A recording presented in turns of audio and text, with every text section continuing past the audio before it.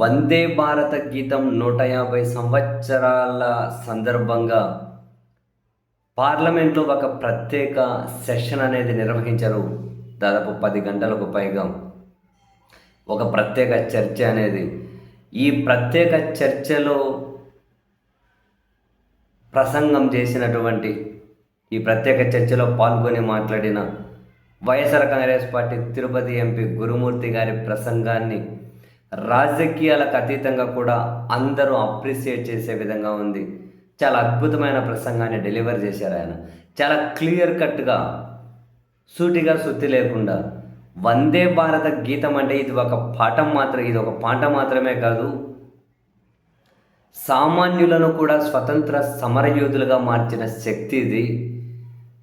వందే భారత గీతాన్ని ఒక పండుగలా నిర్వహించినంత మాత్రాన అది దేశభక్తి అయితే కాదు. వందే భారతం యొక్క స్ఫూర్తి ఏదైతే ఉందో ఆ స్ఫూర్తిని ఈ దేశంలో నిలబెట్టాలి. వందే భారతం స్ఫూర్తి అంటే ఈ దేశంలో ప్రతి పౌరుడికి కూడా గౌరవప్రదమైన జీవితాన్ని అందించడం. దాన్నే నిజమైన దేశభక్తి అంటారు.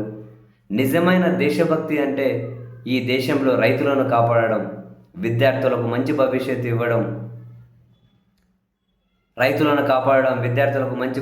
ఇవ్వడం, ప్రతి పౌరుడు గౌరవప్రదమైన జీవితాన్ని గడిపే విధంగా పాలన సాగించడం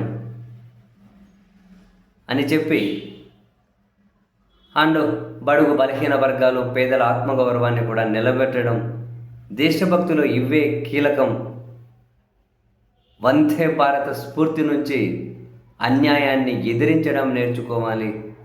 ప్రభుత్వాలకు జవాబుదారీతనాన్ని నేర్పించాలి. ప్రభుత్వాలు కూడా జవాబుదారీతనంగా ఉండాలి. ప్రతి పౌరుడు గౌరవప్రదమైన జీవితాన్ని బ్రతికే విధంగా ఈ దేశం ఆ విధంగా కృషి చేయాలి. ఇది లేనప్పుడు ఇంకా దేని స్ఫూర్తి ఉండదు అని చెప్పి నెక్స్ట్ ఆంధ్రప్రదేశ్లో ప్రస్తుతం ఇవన్నీ కూడా ఉల్లంఘనలు జరుగుతూ ఉన్నాయి. రైతులకు గిట్టుబాటు ధర లేక అక్కడ అల్లాడిపోతూ ఉన్నారు. విద్యార్థులకు వైద్య విద్యను దూరం చేస్తూ ఉన్నారు. ప్రభుత్వ స్కూళ్ళలో హాస్టళ్లలో ఉండే పిల్లలు అనారోగ్యంతో, కలుషిత ఆహారంతో చనిపోయే పరిస్థితి ఉంది. సంస్కృత యూనివర్సిటీలో ఏకంగా ఒక అసిస్టెంట్ ప్రొఫెసరే ఒక మహిళను ఏ విధంగా వేధింపులకు పాల్పడ్డారో వ్యక్తిగత వీడియోలు, ఫోటోలు చూసి ఇవన్నీ చూస్తూ ఉన్నాం. సో ఏ స్ఫూర్తి కోసం అయితే మనం ఈరోజు చర్చ పెడుతూ ఉన్నాము, ఆ స్ఫూర్తి ఆంధ్రప్రదేశ్లో కొరబడింది. దేశంలోని ప్రతి రాష్ట్రము కూడా, దేశంతో సహా, కేంద్రంతో సహా పౌరుల ఆత్మగౌరవం కోసం, ఆత్మగౌరవంతో కూడిన జీవనం వాళ్ళకి ఇచ్చే విధంగా పాటుపడాల్సిందే. అవి లేనప్పుడు మనం ఎన్ని పండుగలు జరుపుకున్నా జస్ట్ మాటల వరకు పరిమితమైనంత మాత్రాన దేశానికి ఆత్మ లాంటి ఆ వందే భారతం యొక్క స్ఫూర్తి నిలబడదు అంటూ నిజంగానే తిరుపతి ఎంపీ గారు చేసినటువంటి ప్రసంగం సూపర్బ్ అనిపించింది. నిజమేగా, ప్రభుత్వాలకు జవాబుదారీతనం అలవాటు కావాలి. వందే భారతం స్ఫూర్తి అంటే దేశభక్తి రకాలమంటే ఏంటి? దేశభక్తి అంటే ప్రతి పౌరుడు గౌరవప్రదంగా జీవించగలగడం. రైతు కావచ్చు, విద్యార్థి కావచ్చు, మహిళలు కావచ్చు, అండ్ చట్టం, రాజ్యాంగం సమర్థవంతంగా పనిచేయడం, వ్యవస్థలు గౌరవంగా ఆ వ్యవస్థల మీద ప్రజలకు నమ్మకం పెరిగే విధంగా పనిచేయడం, ఏ వ్యవస్థ అయినా. ఇవి సక్రమంగా లేనప్పుడు మనం ఇన్ని పండుగలు జరుపుకున్న, చరిత్రను కీర్తించుకుంటూ కూర్చున్న ప్రయోజనం ఏముంటుంది అన్నది తిరుపతి ఎంపీ గారి ప్రశ్న.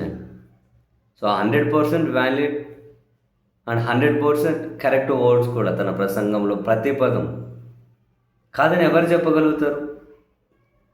కొందరు మేము వందే భారతం స్ఫూర్తి నిలబడే విధంగా మేము పాలన చేస్తున్నామని కొందరు చెప్పుకోవచ్చు. కానీ క్షేత్రస్థాయిలో ఆ పరిస్థితులు ఉన్నాయా? వ్యవస్థలు ఆ విధంగా పనిచేస్తున్నాయా? ప్రజల గౌరవం ఆ విధంగా ఉందా? సమాజంలో అన్ని వర్గాలకు ఆ విధమైన భద్రత కనిపిస్తూ ఉందా? మద్దతు కనిపిస్తూ ఉందా అన్నది ఎవరికి వాళ్ళు ఖచ్చితంగా వేసుకోవాల్సినటువంటి ప్రశ్న.